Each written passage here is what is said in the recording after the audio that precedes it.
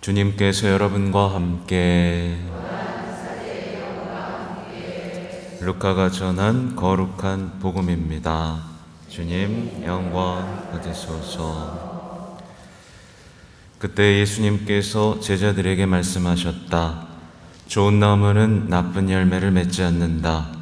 또 나쁜 나무는 좋은 열매를 맺지 않는다. 나무는 모두 그 열매를 보면 안다. 가시나무에서 무화과를 따지 못하고 가시덤불에서 포도를 거두어 들이지 못한다. 선한 사람은 마음의 선한 곳간에서 선한 것을 내놓고 악한 자는 악한 곳간에서 악한 것을 내놓는다. 마음에서 넘치는 것을 입으로 말하는 법이다.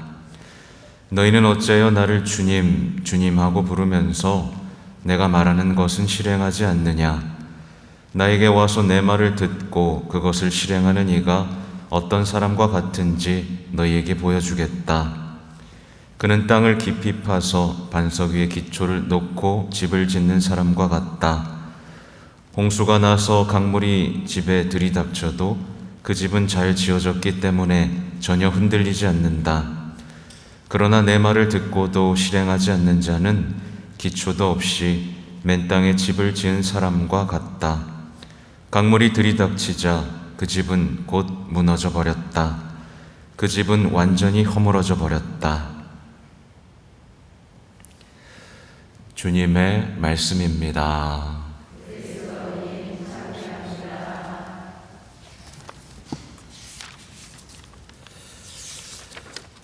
자비로이 교회를 이끌어 주신 주님 기억하며 감사하게 하소서. 네, 오늘 디모데오 1서의 말씀부터 보고 싶은데요.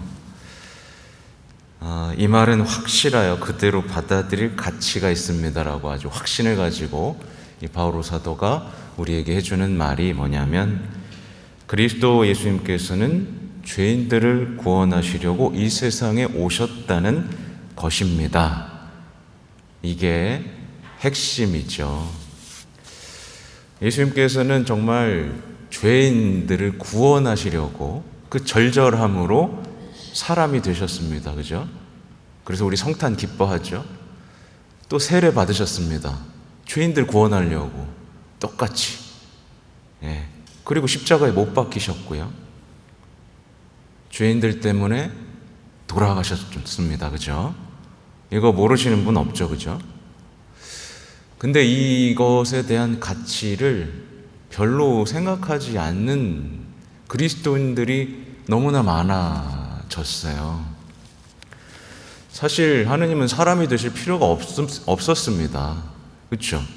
뭐하러 사람이 돼요? 사람이 되실 필요도 없었고요. 그냥 하늘에서 간단히 이렇게 심판하면 됐습니다. 그래? 너 잘못했다. 너 회개해라. 그죠? 되게 간단하게 사실 수도 있었고요. 십자가 그렇게 지실 필요도 없었고요. 고통과 순환을 겪을 필요도 없었고요. 그죠? 우리 죄 때문에 죽음을 당할 필요도 없었습니다. 근데 왜 이렇게 이 모든 걸 왜 하셨죠? 우리 죄를 용서해 주시려고 하신 겁니다. 굉장히 기뻐하고 놀라워하고 감사해야 할 중요한 주제입니다.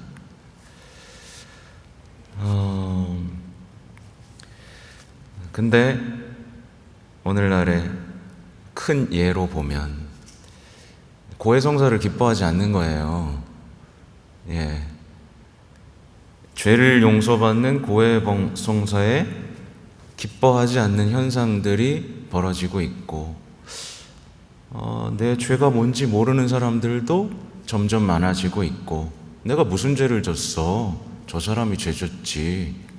그냥 이렇게 넘어가는 사람도 너무 많아지고 있고, 그러다 보니까 고해성사가 불편하고 귀찮고, 그래서 냉담의 원인이 되는 경우까지 지금 생기고 있습니다. 이게 무슨 뜻인지 아시겠죠? 이 그리스도인의 신앙이 지금 굉장히 위기에 처해 있다는 뜻이에요. 죄인들을 용서하라고 오셨는데 자신이 죄인이라고 말하는 사람이 점점 사라져가는 놀라운 일이 벌어지고 있습니다. 뒤 이어서 이제 바오로 사도는 이렇게 얘기합니다. 나는 그 가운데에서 첫째가는 죄인입니다. 바로 그 때문에 하나님께서 나에게 자비를 베푸셨습니다. 라고 말씀하시죠. 그럼 여러분은 몇 번째 죄인이세요? 몇째 가는 죄인이세요? 생각해 보신 적 있으세요?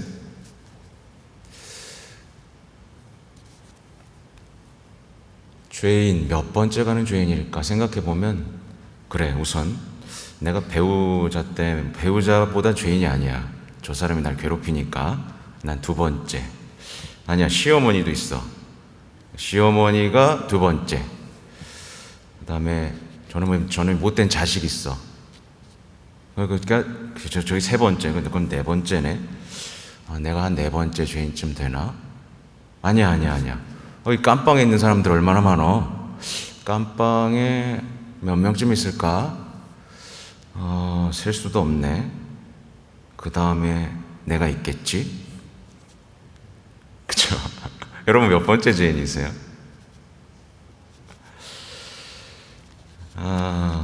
재밌죠? 우리는 첫째가 된 죄인이라고 말하지 않습니다. 하나님 앞에서. 저 사람 다음에 그래도 제가 죄인이긴 하죠. 뭐 이런 게. 죄 많죠. 뭐 이 정도로 얘기를 합니다. 근데 죄 많죠. 저도 죄인이죠. 이게 아니라 어떻게 해야 되죠? 주님, 저는 죄인입니다. 용서해 주십시오. 라고 말할 수 있어야 됩니다. 많은 분들이 고해서에 와서 죄 많죠. 뭐 그냥 이렇게 말하고 말아요. 뭐 주일도 빠졌습니다. 그냥 끝입니다. 오히려 주님, 저는 주님을 선택해야만 했는데 주님이 아닌 다른 것을 선택한 죄인입니다. 부끄러운 죄인입니다. 라고 정말 진심으로 용서받기를 원해야 되는데, 주일 빠졌으니까 죄 졌네요. 뭐 그냥 이렇게 넘어가는 상황이 온 거죠. 그러다 보니까 하느님의 자비를 체험할 수가 없습니다. 첫째가는 죄인이었던 바오로 사도는 그 때문에 하나님께서 나에게 자비를 베푸셨습니다 라고 하면서 자비를 체험하고 완전히 회심하는 삶의 완전한 전환을 체험하는데, 자기가 나 한 10,000번째 죄인입니다, 뭐 이런 식으로 생각하고 있으니까 자비 체험은 되지 않는 거죠. 근데 좀 정리해보면, 만약에 어떤 신앙인이 자신은 별로 죄인인지 모르겠고 십자가에서 드러난 하나님의 자비가 뭐 그렇게 대단한 건가? 그렇게 대단해? 예수님의 십자가가 그렇게 내 삶에 중요한 거야? 라고 생각하는 분들 있어요? 그러면 그보다 불행한 신앙인은 없습니다. 진짜 불행한 신앙인이에요. 그냥 의인이고 싶고 십자가 앞에서는 자기가 원하는 것만 기도하는 신앙인, 그보다 불쌍한 불행한 신앙인은 없습니다. 왜 불행해질까? 이것에 대해서는 정말 며칠 동안 강의를 해야 돼요. 근데 간단히 말하자면, 이 세상에 요즘에 불행한 신앙인이 많아지는 이유는 성령의 위로가 아니라 세상의 위로를 찾기 때문에 그렇습니다. 예라고 말하기보단 아니요라고 말하는 사람이 많아지기 때문에 그렇습니다. 또 자신을 죄인이라고 말하기보다 타인을 죄인이라고 말하는 사람이 많아졌고, 모든 것을 권리라고 생각하는 사람이 많아졌기 때문이에요. 내가 행복할 권리가 있고, 나는 그냥 다 권리입니다. 나에게는 인권이 있고 행복할 권리가 있다. 근데 완전히 성경하고 반대되는 생각이라는 걸 아셔야 됩니다. 성모님이 나는 행복할 권리가 있어, 난 이제 육아도 안 할 거고 나도 밥 안 해줄 거야, 난 행복할 권리가 있어 라고 말했다고 생각해 보십시오. 성 요셉이 내가 왜 내 자식도 아닌 사람 애들을 키워야 돼? 나도 내 인생이 있어 라고 갔다고 생각해 보세요. 그리고 예수님이 십자가 집어 던지면서 나한텐 인권이 있어,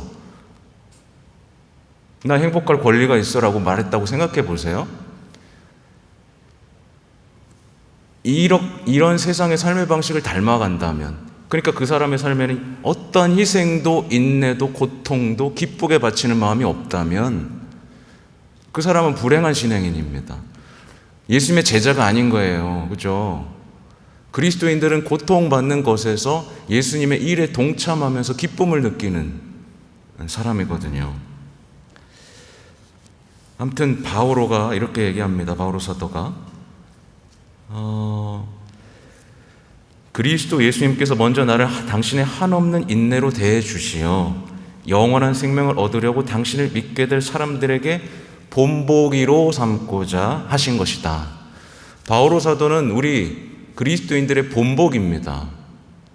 그래서 바오로 사도의 회심에서 우리는 뭔가 발견할 수가 있어야 되는데, 바오로 사도가 어땠어요? 열심히 했습니다. 굉장히 열심히 했어요. 열심히 했지만 어떻게 했죠? 미워했어요. 타인을 끊임없이 미워했습니다. 열심히 했는데 미워했어요. 저거 그러면서 죽이려고 했어요. 그죠?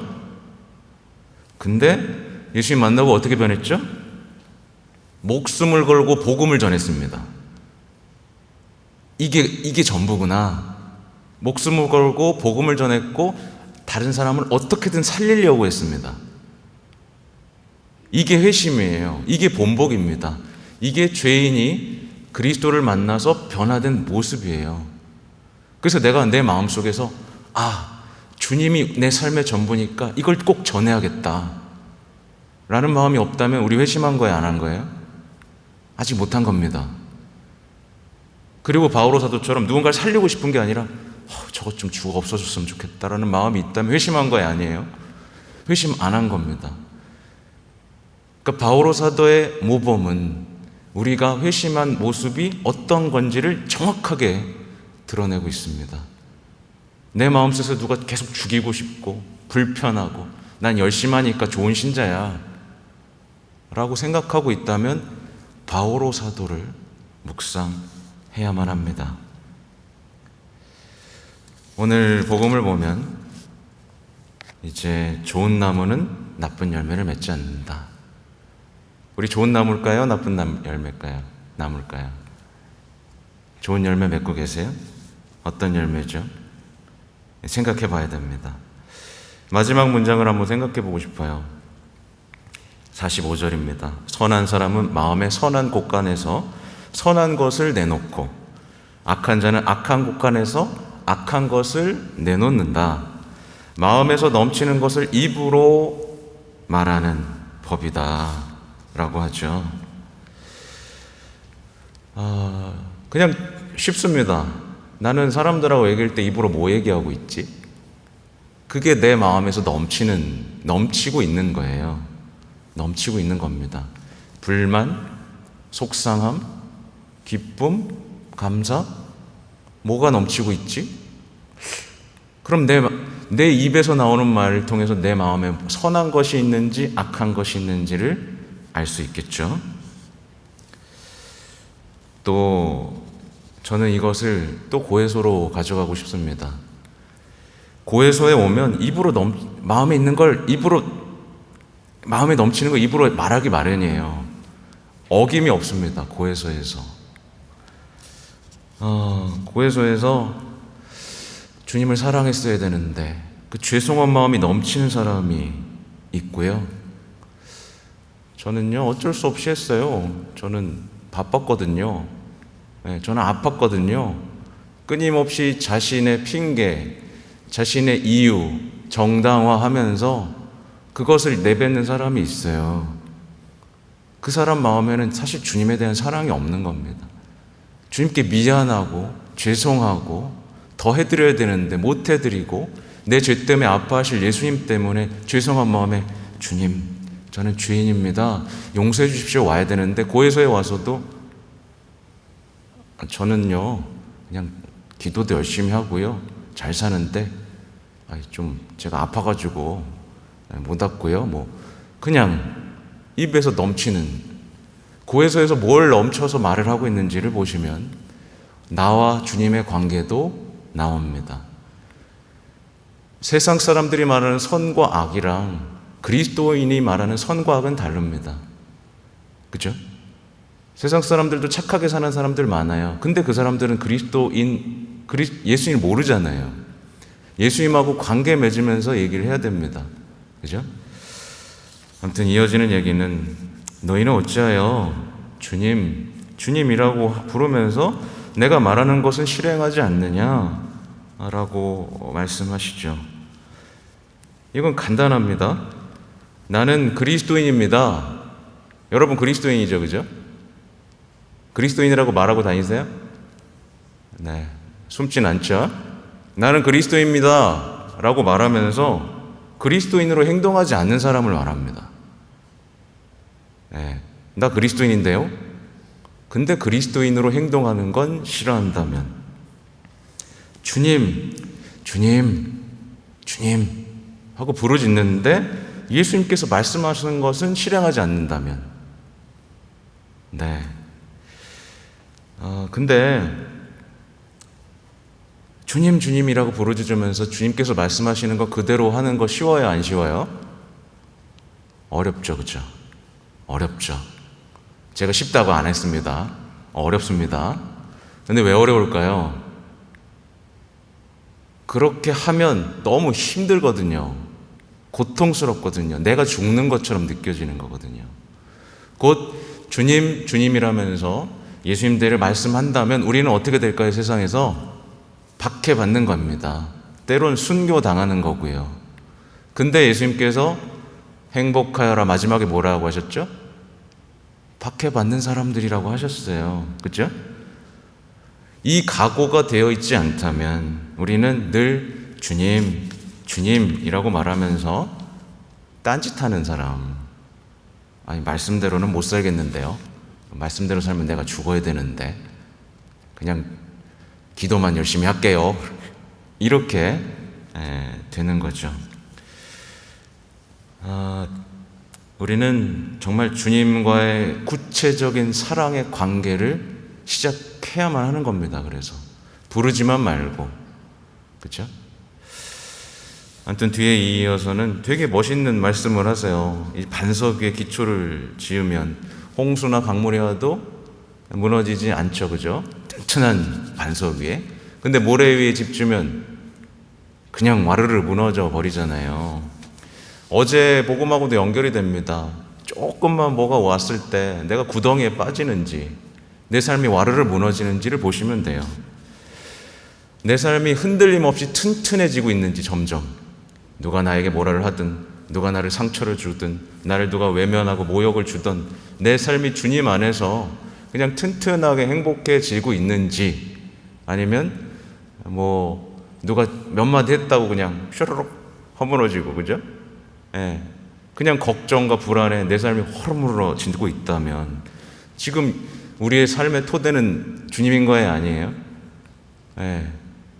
호로록 무너지면 삶의 토대가 주님이 아닌 걸로 드러나는 거예요. 그러니까 긴장해야죠. 내 삶의 토대가 주님이 아닌가 보다. 그럼 나 지금 어떻게 해야 되지? 이게 기도의 주제가 되면 좋겠죠. 또 고해소 얘기를 하는데 마찬가지인 겁니다. 고해소에 찾아와서 저는 죄인입니다. 저는 약한 사람입니다. 라고 말하는 사람은 삶의 토대를 주님께 둔 거예요. 죄를 지면 내 삶이 무너진다는 걸 아니까 끊임없이 내 삶의 토대를 주님으로 모시려고 노력하는 사람입니다. 근데 그게 아니라 고해소가 멀리 느껴지고 그냥 겉으로 드러나는 어떤 신심, 행위들을 통해서 나 의인임을 사람들에게 인정받으려고 사는 사람은 일시적이고 사라져버리는 사람과의 관계에서 영광이라든가 이런 것들, 헛된 모래 위에 집을 지은 사람인 거죠. 끊임없이 무너집니다. 무너지고 주님 저를 왜 이렇게 고통스럽게 하십니까? 라고 하면서 계속 무너지면서 원인은 알 수 없고 주님은 외면하시는 것만 같은 버려진 것만 같은 삶을 살게 되죠. 근데 주님은 늘 그렇게 말씀하시는 거예요. 내 위에 좀 인생을 세우면 안 되겠니? 라고 말이죠. 아무튼 코로나가 이렇게 거의 2년째 가까이 되면서 많은 신자분들이 떨어져 나갔죠. 말하자면 많은 분들의 신앙의 기초가 주님에게서 있었는지 헛된 것에 두었는지가 드러난 겁니다. 드러난 거예요. 누가 주님의 말씀을 실행해왔고 누가 주님 주님하고 부르기만 했는지가 드러난 겁니다. 미사만 나오고 레지오 신심단체만 하는 건 주님 주님하고 부르기만 하는 거예요.